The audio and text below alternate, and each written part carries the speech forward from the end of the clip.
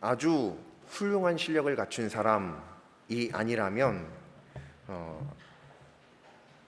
일반적으로 그림을 그릴 때 자신이 계획한 대로 그림을 그리려면 생각한 대로 잘 그리기 위해서는 밑그림을 그려야 됩니다. 아주 훌륭한 실력을 갖춘 사람이라면 당연히 밑그림 없이도 그림을 잘 그릴 수 있겠죠. 그러나 모두가 다 그렇지 않고 일단 기본적으로는 어떤 그림을 그릴 때 스케치라고 하죠. 밑그림을 그리는 작업이 굉장히 중요한 작업입니다. 어떻게 밑그림을 그리느냐에 따라 그림의 완성도가 결정되기도 합니다. 그래서 비록 이 밑그림은 모든 그림이 완성되었을 때 이 밑그림은 찾아볼 수가 없습니다. 사라지게 되지만 이 밑그림이 가지고 있는 역할은 굉장히 중요함에 틀림이 없습니다. 특별히 하나님께서도 어떤 큰 그림을 그리실 때 이 밑그림을 그리시는 것과 같은 모습을 보여주실 때가 있습니다. 따라서 하나님께서 그리시는 밑그림을 발견하였을 때 어떤 큰 그림이 그려질지 기대하며 하나님의 그림을 바라보는 모든 교육부서와 우리 모든 성도님들 되실 수 있기를 간절히 소망합니다. 오늘 하나님의 말씀은 하나님의 말씀을 매우 잘 듣지 않는 한 나라 또 한 사람에 대한 말씀입니다. 하나님께서 모세에게 말씀하시기를 화덕에 가서 제 두 움큼을 가져다가 하늘을 향해 날려라. 그러면 그 재가 모든 사람들에게 다 달라붙어서 악성 종기를 발생시킬 것이다 라고 말씀을 하십니다. 그래서 실제로 모세는 그렇게 합니다. 화덕에서 재 두 움큼을 가져다가 하늘을 향해 날리죠. 그러자 그 바로 앞에서 그렇게 하늘을 향해 날리자 사람과 짐승에게 다 붙어버립니다. 그리고 악성 종기가 발생하게 되죠. 이게 우리가 읽는 개정 성경에는 악성 종기라고 되어 있지만 개역 한글 옛날 성경을 보면 독종이라고 표현되어 있습니다. 독종이 발생합니다. 그런데 이 독종이 발생하는 것이 오늘 성경 말씀 11절 말씀을 보면 번번이 이런 기적을 베풀 때마다 늘 모세의 반대편에 서서 모세처럼 똑같이 그렇게 요술을 부렸던 요술사들이 있었습니다. 그 요술사들에게도 이번에는 똑같이 독종이 악성 종기가 발생하게 됩니다. 매우 간단한 말씀이죠. 하지만 이 말씀을 통해서 하나님의 그림을 우리가 발견할 수 있습니다. 그리고 하나님께서 그리시는 밑그림도 우리가 볼 수 있습니다. 신기한 것은 하나님께서 이 밑그림 위에 이제 스케치니까 스케치 위에 본 그림을 그리시는데 이 본 그림이 또 다른 본 그림의 밑그림이 되기도 합니다. 그래서 또 다른 완성된 그림으로 나아가는 과정 가운데 있는 이 그림, 우리가 이 말씀을 통해서 함께 볼 수 있기를 소망합니다. 먼저 8절 말씀을 보도록 하겠습니다. 하나님께서 애굽에 악성 종기를 발생시키시는데 이 악성 종기를 발생시키는데 먼저 하신 일이 있습니다. 그것은 바로 화덕에서 재 두 움큼을 가져다가 바로 앞에 가서 하늘에서 날려버려라 라고 하는 것이죠. 자, 하나님께서는 세상을 말씀으로 만드셨습니다. 악성 종기를 발생시키고 싶으시다면 하나님께서는 충분히 말씀만으로도 충분히 가능하십니다. 이미 이 세상을 창조하신 분이 말씀으로 창조하셨기 때문에 그 악성 종기를 발생시키는 것도 사실은 말씀만으로도 가능합니다. 그런데 이상하게 하나님께서는 한 가지 일을 시키시죠. 재를 가지고 하늘에 날려라. 그런데 이 재 또한 사실 아무 재나 상관이 없습니다. 그리고 실제로는 재일 필요도 없죠. 집안에 있던 먼지를 훑어가지고 날려라 라고 하실 수도 있었을 것입니다. 밖에 있는 흙을 퍼다가 날려라 라고 말씀하실 수도 있었을 것입니다. 그런데 재를 가지고 라고 말씀하시죠.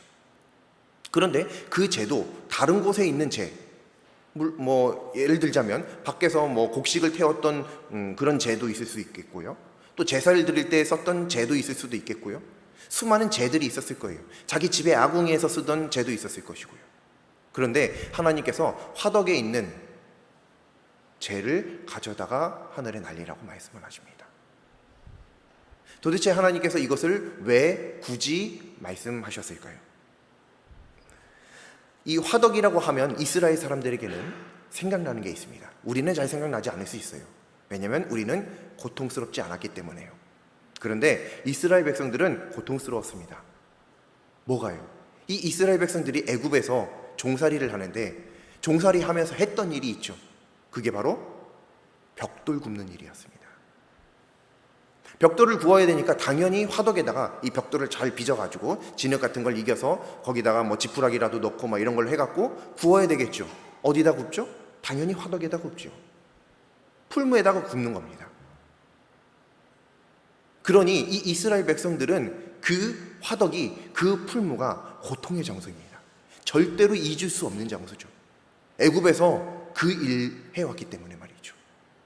그런데 거기에 있는 죄를 가지고 날려라 하나님께서 말씀을 하십니다. 이 말씀을 통해서 우리는 분명하게 알 수 있습니다.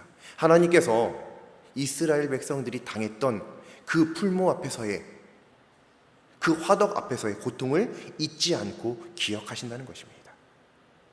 자신들이 고통당했던 그 장소에서부터 이제는 애굽 사람들의 고통이 시작되는 것이죠. 그래서 이것을 두 가지 측면으로 생각을 해보면 이스라엘 백성들에게는 그동안 당했던 고통과 어려움들을 잊지 않으시고 기억하시는 하나님, 애굽 사람들에게는 이스라엘 백성들을 학대했던 그 학대를 잊지 않고 갚아주시는 하나님으로 확실히 드러나게 되는 말씀입니다.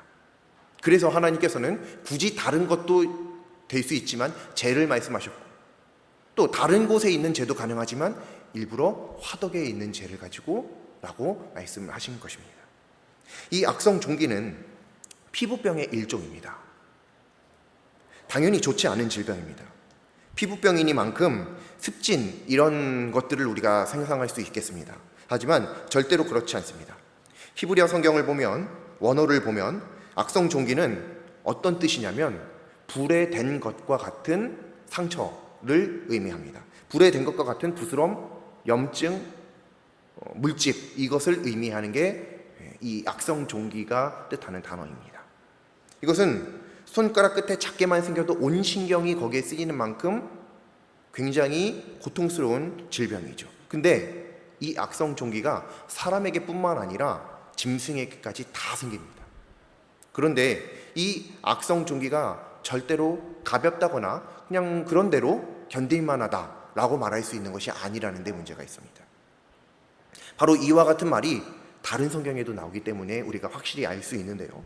레위기에는 이 악성 종기라고 하는 이 원어, 이 단어가 똑같이 사용되는데 뭐라고 번역되냐면 나병으로 번역됩니다. 악성 종기가 말이죠. 피부병입니다. 그리고 또 우리가 히스기야 왕을 이제 뒤로 넘어가면 히스기야 왕을 우리가 읽을 수 있게 되는데 히스기야 왕에 대한 말씀을 읽게 되는데 그 히스기야가 어느 날 죽게 되죠. 죽을 병에 걸렸다라고 성경에 기록이 되어져 있습니다. 그런데 그 죽을 병을 가지고 하나님 앞에 나아가자 하나님께서 생명을 연장시켜 주신 그 놀라운 일들을 우리는 분명히 잘 알고 있습니다. 어려서부터 듣는 말씀인데요. 이 히스기야가 죽을 병에 걸렸다라고 하는 이 죽을 병도 원어로 보면 이 악성 종기 이 단어입니다. 그러니 이 악성 종기가 우리가 생각하는 것처럼 설거지 많이 하면 생기는 주부습진 그 정도, 물론 그것도 심할 수는 있겠지만 그 정도의 피부병이 아니라는 것입니다. 나병, 죽을 만한 병이라고 번역될 수 있을 만큼 사람을, 짐승을 죽이고도 남을 만한 충분한 고통스러운 병이었다는 거예요. 하나님께서 애굽에게 이러한 악성 종기, 독종의 재앙을 허락하셨다는 것입니다. 그래서 우리는 분명히 애굽이 굉장히 고통에 시달렸겠구나라는 사실을 우리는 분명하게 알 수 있는 것이죠. 구체적으로 11절 말씀을 보면 요술사들조차도 결국에는 그 악성 종기를 앓게 됩니다. 근데 신기한데 이 말씀을 보면 이 요술사들이 모세가 했던 일들을 계속해서 반복해서 합니다. 똑같이 따라합니다. 물을 피로 변하게 하는 거 이 요술사들도 똑같이 따라할 수 있습니다. 개구리 똑같이 따라합니다. 근데 신기한 것은요, 말씀을 보면 이게 지금 재앙이거든요. 그러면 이 재앙이 없어져야 됩니다. 바로는 이 재앙을 없게 해달라고 모세에게 매번 부탁하거든요. 그러면 요술사들이 모세가 한 것처럼 예를 들어서 물을 피로 변하게 했어요. 그러면 이 요술사들은 모세가 물을 피로 변하게 했으니까 모세보다 조금 더 월등한 요술사들이 되려고 한다면 당연히 어떻게 해야 될까요? 똑같이 물을 피로 변하게 할 게 아니라 피를 물로 변하게 만들어야죠. 그래야 모세의 한 일이 없던 일이 돼버리죠. 모세가 한 기적을 취소시켜버리는 겁니다. 하나님이 행하신 기적을 취소시키는 것입니다. 근데 그렇지 않게 한 말씀이 한 군데도 나와 있지 않습니다. 10번의 재앙을 겪는 동안 하나님께서 베푸신 그 재앙을 한 번도 이 요술사들이 취소시킨 적이 없습니다. 이번에도 취소는 물론이거니와 오히려 하나님께서 발생시키신 그 악성 종기를 자신들도 똑같이 가지게 됩니다. 애굽은 매우 많은 우상을 숭배하는 우상 숭배의 나라입니다. 애굽의 우상 중에 하나는 의술의 신입니다. 의술의 신. 어떤 질병이라도 낫게 해줄 수 있는 의술의 신을 숭배하는 나라가 바로 애굽이라는 것이죠. 그런데 그 나라에서 하나님께서 악성 종기를 허락하십니다. 그러자 사람은 물론이거니와 짐승에게까지 그 악성 종기가 발생하죠. 그리고 그 우상 숭배의 앞장서는 바로나 이 요술사들도 역시나 악성 종기로부터 자유롭지 못합니다. 똑같이 고통을 당합니다. 애굽 사람들이 그동안 그토록 숭배하던 의술의 신, 이 의술의 신이 애굽에 있어서 거짓 신이라는 사실이 확실하게 드러난 사건이죠. 만약에 하나님이 가짜 신이라던가 애굽의 의술의 신보다 저급한 신이다 라고 한다면 하나님께서 악성 종기를 발생시키셨을 때 이 의술의 신은 애굽에 그동안 오랜 시간을 숭배를 받아왔으니만큼 애굽 사람들을 지키고 보호해야 마땅하죠. 그러면 하나님께서 악성 종기를 발생시키셨을 때 이 의술의 신은 그 악성 종기를 치료해 줄 수 있어야 됩니다. 혹은 하나님보다 더 월등한 신이라면 애초에 하나님이 악성 종기를 발생시킬 수 없게끔 막을 수 있어야 됩니다.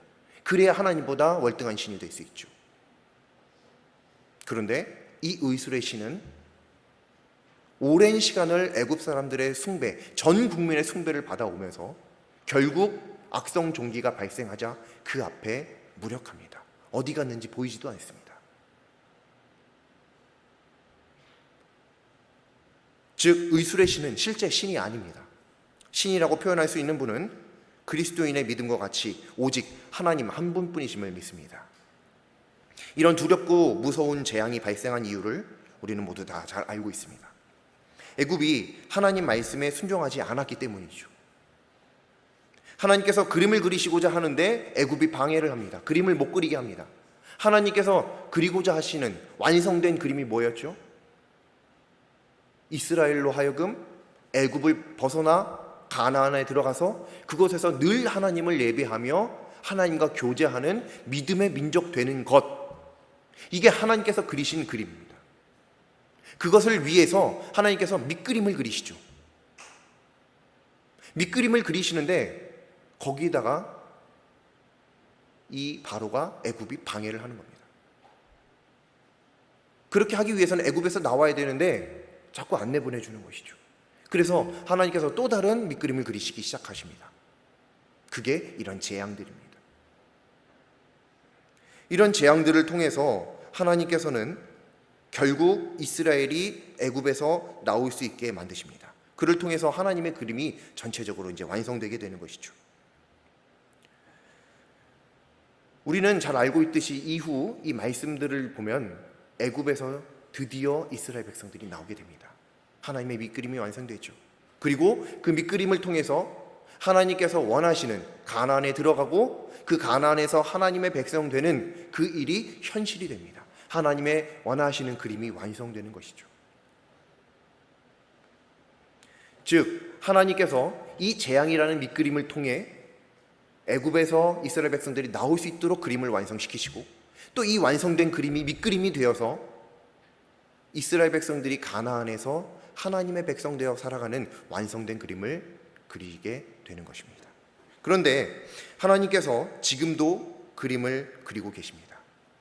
말씀 속에서만, 옛날에만, 그때에만 그러신 하나님이 아니라 하나님은 지금도 그림을 그리고 계신다는 것입니다. 이 놀라운 진리는 잊어서는 안 됩니다. 그리고 하나님께서 이 그림의 완성을 위해 역시 동일하게 말씀에서 보여주신 모습과 같이 똑같이 밑그림도 그리십니다. 바로 이번 여름 사역이 하나님께서 그리시는 하나의 밑그림임을 믿습니다. 바로 전염병이 어떻고 날씨가 어떻고 날짜가 어떻고 사람이 어떻고 하는 여러 가지 상황과 환경 속에서 진행된 각 부서의 여름 사역이 결국 다 잘 마무리되었습니다. 한번 과거를 돌아보길 바랍니다. 과거를 돌아보면 사실 이번 여름 사역을 진행할 이유보다 사실은 진행하지 못할 이유가 더 많았습니다. 아니, 조금 더 정확하게 표현을 해보자면 절대로 여름 사역을 진행해서는 안 될 만한 상황이기도 했습니다. 보는 시각에 따라서는 말이죠. 그런 상황이었고 환경이었습니다. 무엇 하나 쉽게 준비되고 계획된 것이 없었습니다. 몇 년 만의 기회이니만큼 어떻게든 해보려고 애썼죠. 모든 선생님들이, 모든 학생들이, 모든 교회 성도님들께서 그렇게 힘을 도와주셨습니다. 그러나 사실 하루 전까지도 모든 상황들이 깨끗하게 사라지진 않았습니다. 예를 들면 하루 전까지 폭우가 쏟아진다거나 하는 일들 말이죠.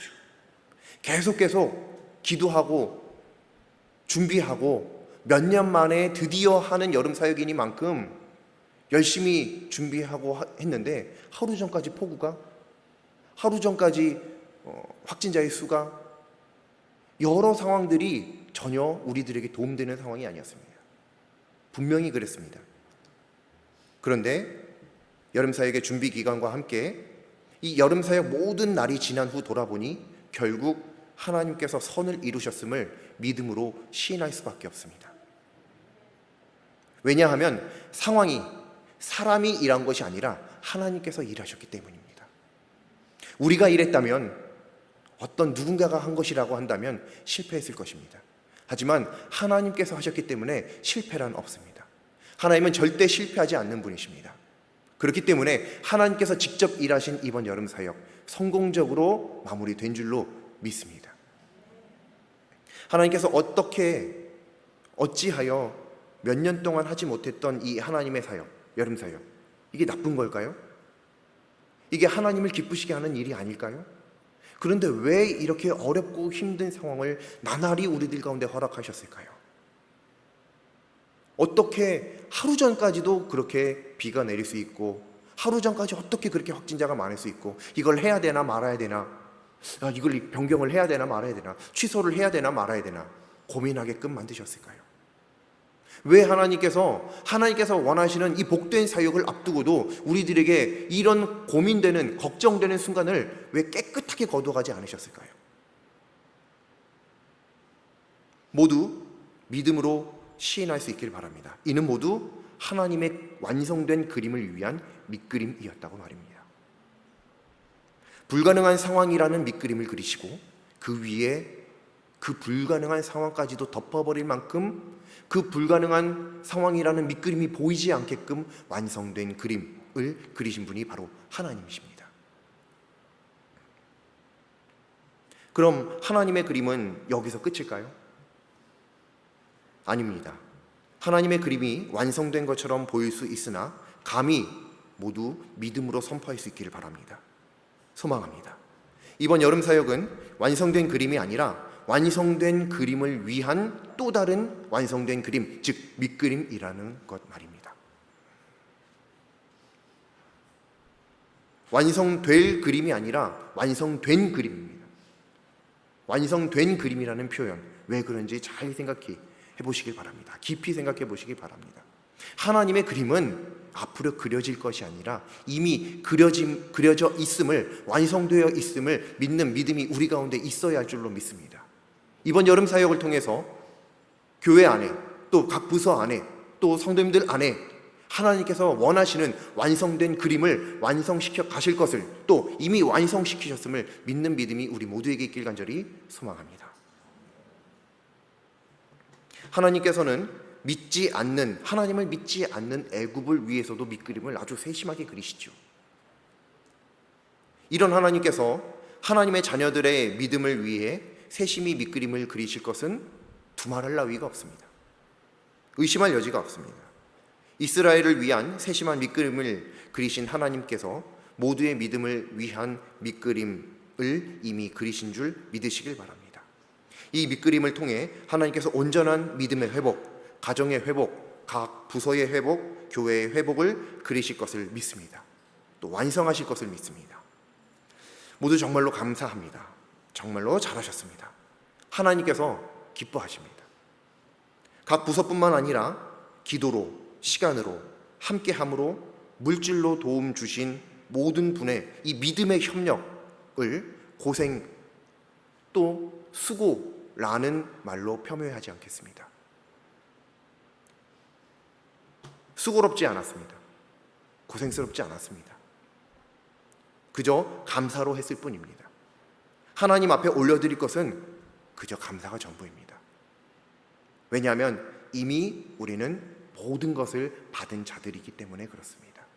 내가 드린 것은 내 것을 드린 게 아니고 하나님께 받은 것을 다시 돌려드릴 뿐입니다. 그렇게 우리는 감히 하나님 앞에 고생했다, 수고했다 라고 말하기도 사실 부끄러운 존재들이죠. 앞으로 하나님께서 분명히 더욱 큰 그림을 그리실 것입니다. 그리고 이미 그리셨습니다. 밑그림으로 완성된 그림을 일면 예측할 수 있습니다. 그렇듯이 하나님의 완성된 그림을 믿음으로 상상할 수 있기를 바랍니다.